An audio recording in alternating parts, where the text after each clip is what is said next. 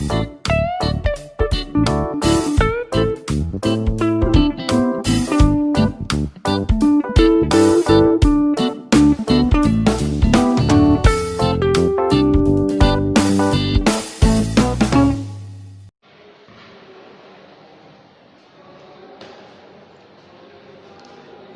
good morning viewers.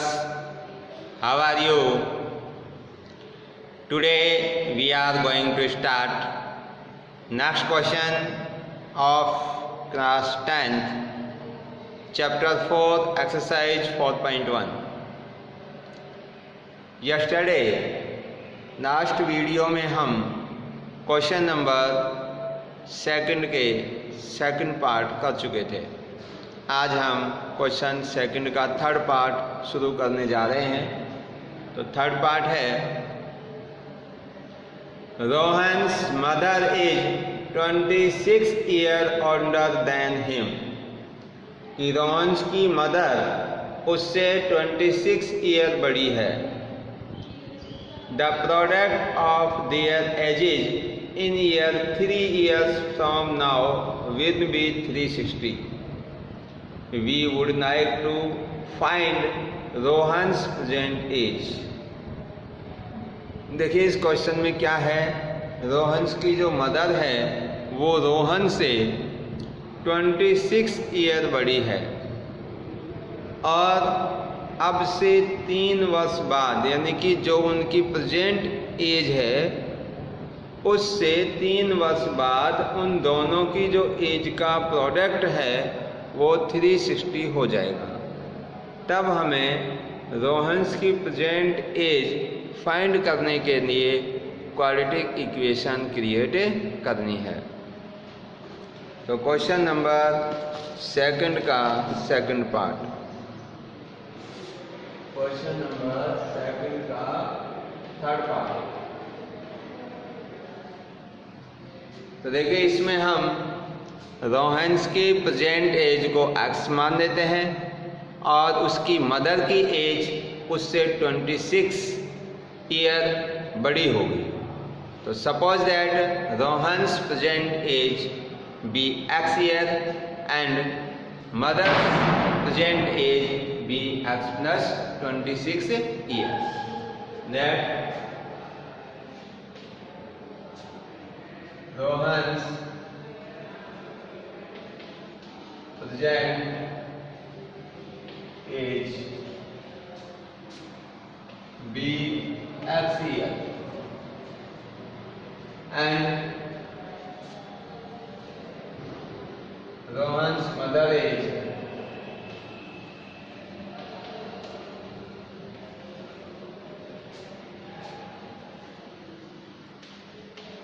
be x plus 26। तो mother की कितनी हो जाएगी x plus 26, क्योंकि वो रोहन से 26 ईयर बड़ी है। अब ये कहता है कि अब से 3 वर्ष बाद, यानी कि प्रेजेंट में जो इनकी एज है उसमें अगर हम 3 ऐड कर दें तो ये प्रेजेंट से 3 ईयर लेटर हो जाएगी।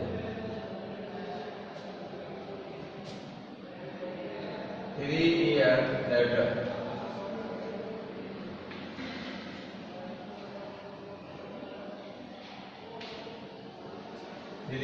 year later,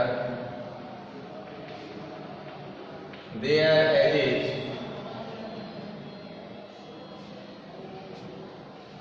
will be x plus 3 and x plus 26 plus 3 years respectively।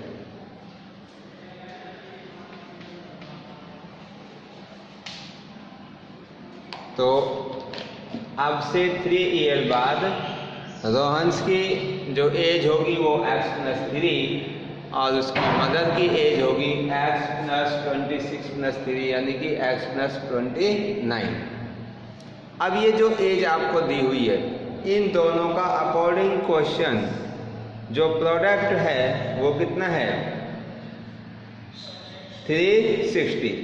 There age is 3 years from now will be 360। अब इन दोनों की एज का हम प्रोडक्ट मतलब मल्टीप्लाई कर देंगे। तो अकॉर्डिंग क्वेश्चन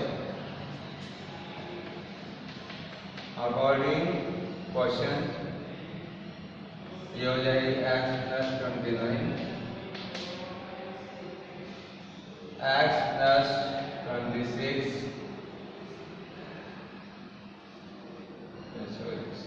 x + 3 और x +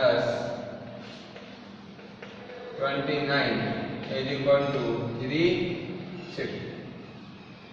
तो ये दोनों की एज का जो प्रोडक्ट है वो 360 हो गया। अब इन दोनों ब्रैकेट्स को हम मल्टीप्लाई करेंगे। देन वी गेट x को x से x² plus 29x plus 3x plus 27 3 6 8 360। x² ये हो जाएगा 30 2x इसको दर देखाएंगे माइनस का 87 माइनस 360 0 x² प्लस 32x और माइनस का हो जाएगा 273 0। That is quadratic equation.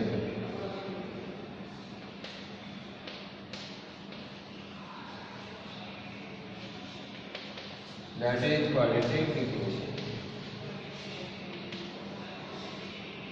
तो ये हमारे पास में क्वाड्रेटिक इक्वेशन हो गई। तो इस क्वाड्रेटिक इक्वेशन को सॉल्व करके हम x की वैल्यू फाइंड आउट कर सकते हैं और जो x है वो रोहन्स की प्रेजेंट एज हो जाएगी। तो इसमें सिर्फ इक्वेशन क्रिएट करने को कहा था, आगे सॉल्व करने की बात नहीं है। तो देखिए next question.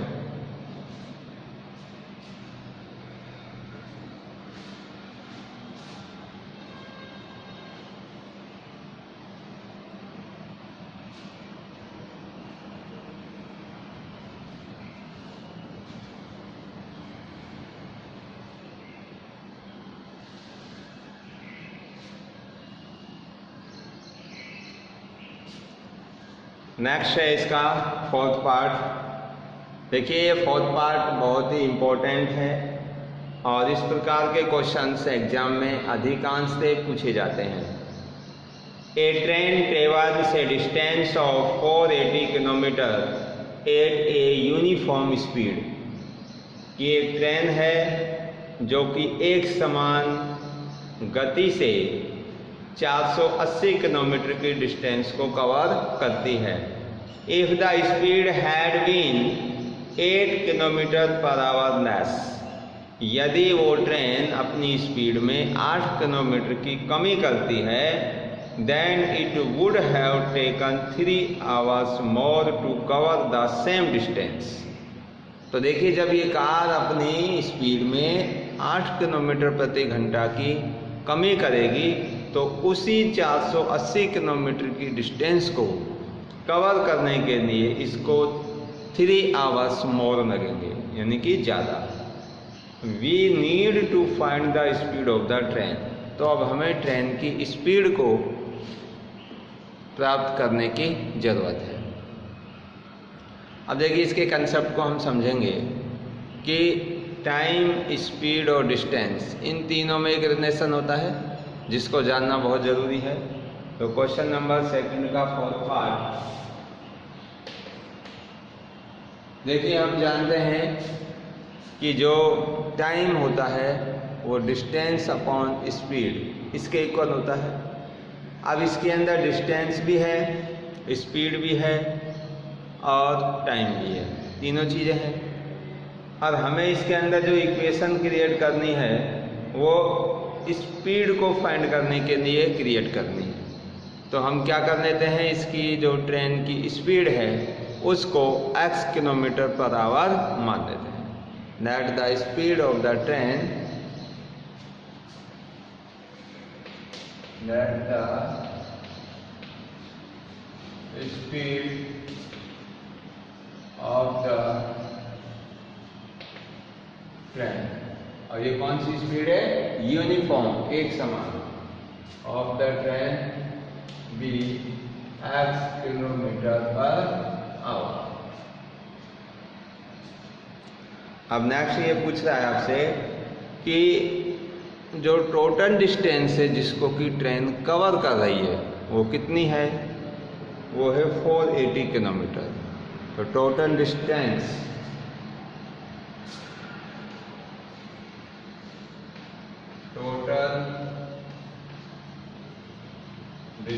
Is equal to 480 kilometre. ये टोटल डिस्टेंस दे रखी है इसके अंदर। अब देखिए डिस्टेंस इसकी ये है 480 किलोमीटर और स्पीड इसकी है x किलोमीटर।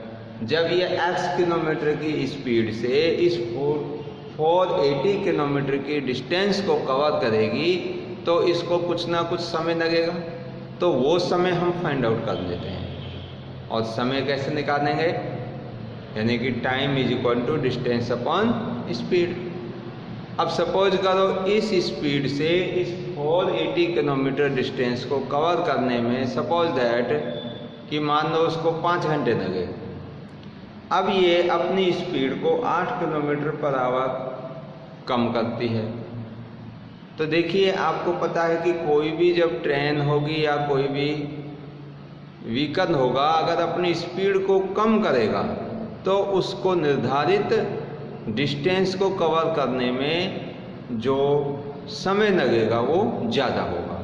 तो इस क्वेश्चन के अकॉर्डिंग वो सेम 480 किलोमीटर की डिस्टेंस को कवर करने के लिए 3 आवर्स मोर और ज़्यादा लेती है कि जब हमने उसकी स्पीड को x रखा और 480 किलोमीटर की डिस्टेंस को कवर किया तो मैंने मान लिया कि उसको 5 घंटे लगे, और जब अपनी स्पीड में वो 8 किलोमीटर पर आवर की कमी करेगी तब मान लेता हूँ कि उसको जो समय लगेगा वो इससे 3 घंटे ज़्यादा यानी कि 8 किलोमीटर लगेगा। तो कहने का अर्थ ये है कि दोनों तरीके से जो समय में डिफरेंस होगा वो 3 आवर का होगा। कितने का डिफरेंस होगा भाई? 3 आवर का। यानी कि जब उसकी स्पीड x किलोमीटर थी तब समय हम फाइंड आउट कर देंगे, और फिर अपनी स्पीड में वो मतलब कि 8 किलोमीटर की कमी कर रही है यानी तब उसकी स्पीड रह जाएगी x-8। इससे सेम डिस्टेंस को कवर करने में वो समय फाइंड आउट कर देंगे, और दोनों में हम डिफरेंस किसके इक्वल करेंगे? 3 आवर को, क्योंकि दोनों में जो समय का अंतर आ रहा है वो 3 आवर्स का है। तो उस डिफरेंस को हम 3 आवर्स के इक्वल कर देंगे, जिससे हमारी जो इक्वेशन है वो क्रिएट हो जाएगी। तो देखिए नेट का स्पीड ऑफ द ट्रेन भी x kilometre per hour, total distance 480 kilometre. तो time taken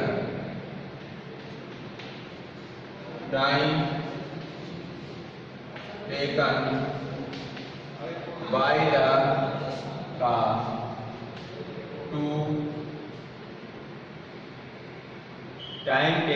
the car to complete distance ऐसे पढ़ लो। टाइम का फॉर्मूला होता है time is equal to distance upon speed. Distance upon speed.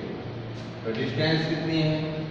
480 और स्पीड कितनी है इसकी? x। इसको दे देते हैं इक्वेशन नंबर 5। अब अपनी स्पीड में कमी कर रही है 8 किलोमीटर पर आवर की। तब उसके द्वारा जो समय लगेगा 480 किलोमीटर को कवर करने में तो वो क्या होगा? when the speedness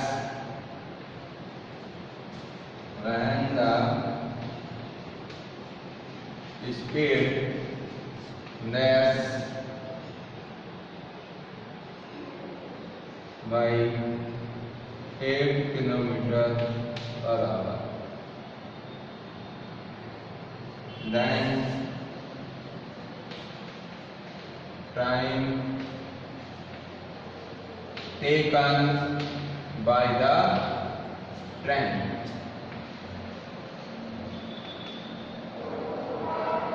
time taken by the, सरकार नहीं, यहाँ पर ट्रेन है।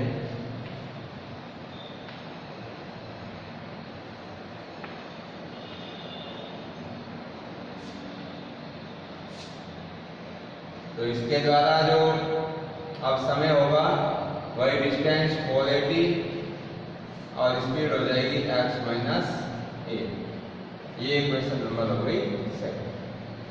अब अकॉर्डिंग टू क्वेश्चन, ये वाला जो समय था जब speed x kilometre per our थी, डिस्टेंस 480 थी, और ये वो समय है जब डिस्टेंस सेम है और स्पीड x माइनस 8 है। आपको पता है कि जब स्पीड आपकी कम होगी तो समय ज़्यादा लगेगा, तो ये वाला जो समय है ये ज़्यादा है सेकंड इक्वेशन में, और फर्स्ट इक्वेशन में जो समय है वो कम है। और अकॉर्डिंग टू क्वेश्चन इन दोनों समय में जो डिफरेंस है वो 3 घंटे का है, तो इस समय में से ये समय हम माइनस कर देंगे और वो कितने के इक्वल होना चाहिए, 3 के। इसको ये करते हैं।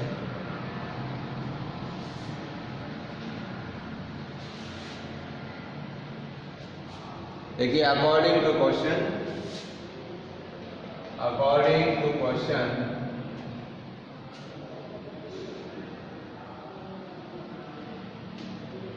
480 upon x minus 8 minus 480 upon x is equal to 3।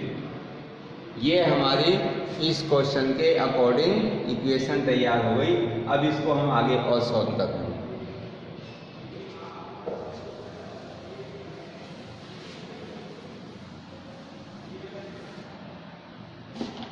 देखिए इन दोनों का एलसीएम आ जाएगा x into x minus 8, x into x minus 8।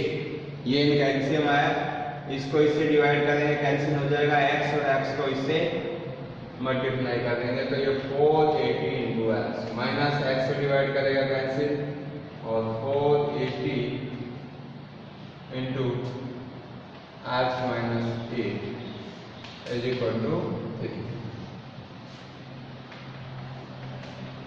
अब इसको मल्टीप्लाई करेंगे, 480x माइनस 480x प्लस 8 से मल्टीप्लाई कर देंगे तो ये हो जाएगा 0, 8 8 64, 832 और 76,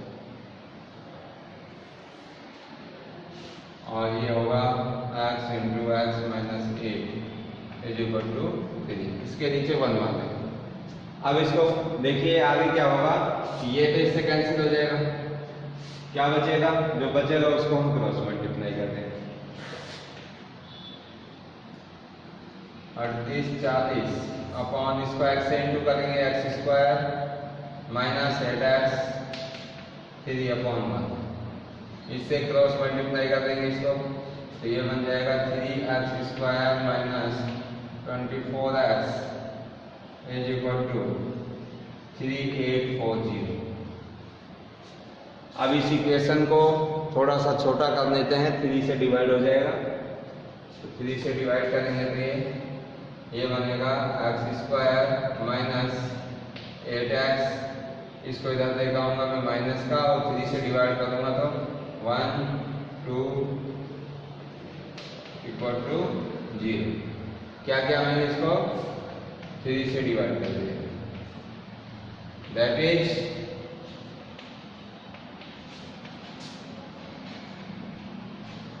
क्वाड्रेटिक इक्वेशन। तो ये हमारी क्वाड्रेटिक इक्वेशन हमें प्राप्त हो गई। अब इस क्वाड्रेटिक इक्वेशन को सॉल्व करके हम x की वैल्यू फाइंड आउट कर लेते हैं, और ये x की वैल्यू उस ट्रेन की क्या होगी, स्पीड होगी। तो बस इसमें इक्वेशन क्रिएट करने को कहा था, वो हमने कर दी है। तो इस प्रकार से इस एक्सरसाइज के सभी क्वेश्चंस सॉल्व हो गए हैं। तो I hope you are understand on question. Next video के अंदर हम नेक्स्ट एक्सरसाइज को शुरू करेंगे। So thank you and thank you very much.